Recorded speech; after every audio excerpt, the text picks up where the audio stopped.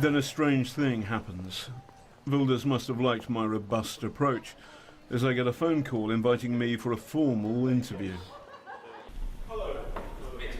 Geert Wilders, when did you last go for a walk on your own? On my own? Well, that's something like, wow, 12, 13 years ago. All on my own, drive a car, go do some shopping, or empty my own mailbox at home. Being at my own home is more than 12 years ago, unfortunately.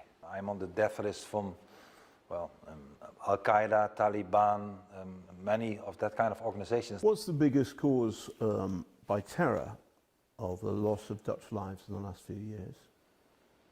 Well, we were lucky to not have the kind of attacks that, for instance, Germany, Belgium, France, even the United Kingdom with the London attacks had. I was thinking about MH17. Sorry, I was thinking about MH17. MH17, yes. 193 Dutch people die. Yes. They're entirely innocent. In a civilian airliner.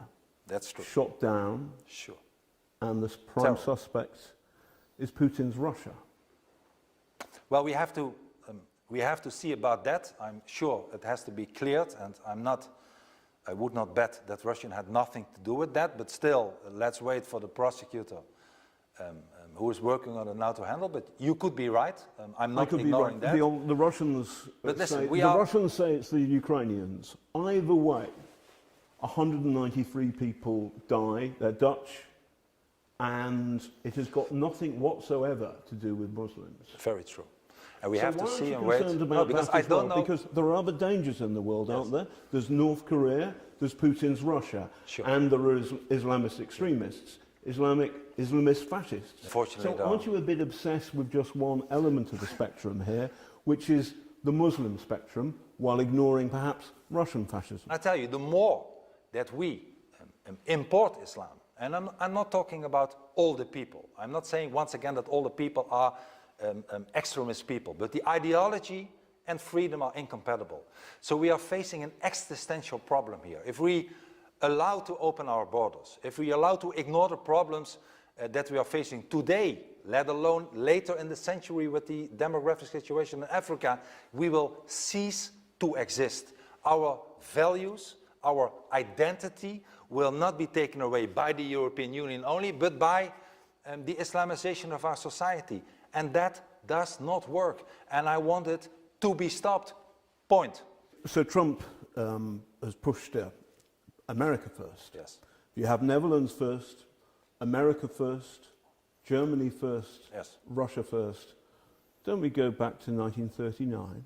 No, I don't think so. I think that is a fear that some politicians put into our heads, but they forget telling us that we made a kind of other totalitarian organization dominant, which is called the European Union. I just had... The European Union is totalitarian? It's totally totalitarian. You speak your mind in China and in Russia. You may end up dead. Not in Brussels, not in Strasbourg. I'm not saying it's totalitarian to all the citizens of the European Union, but it's totalitarian towards the member states. You believe in the politics of identity, don't you? Who doesn't? Well, I suppose the people who believe in liberal democracy, the idea that everybody is equal under the law.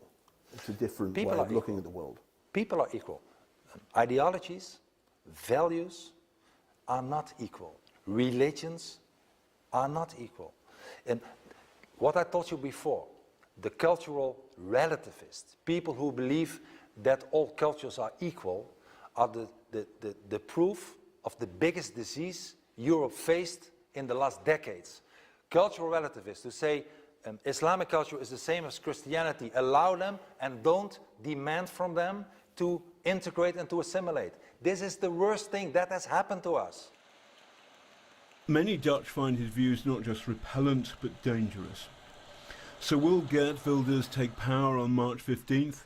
Probably not, as the mainstream parties will do their best to block him. But there's no doubting this man is changing what was once the most liberal country in Europe into something quite different.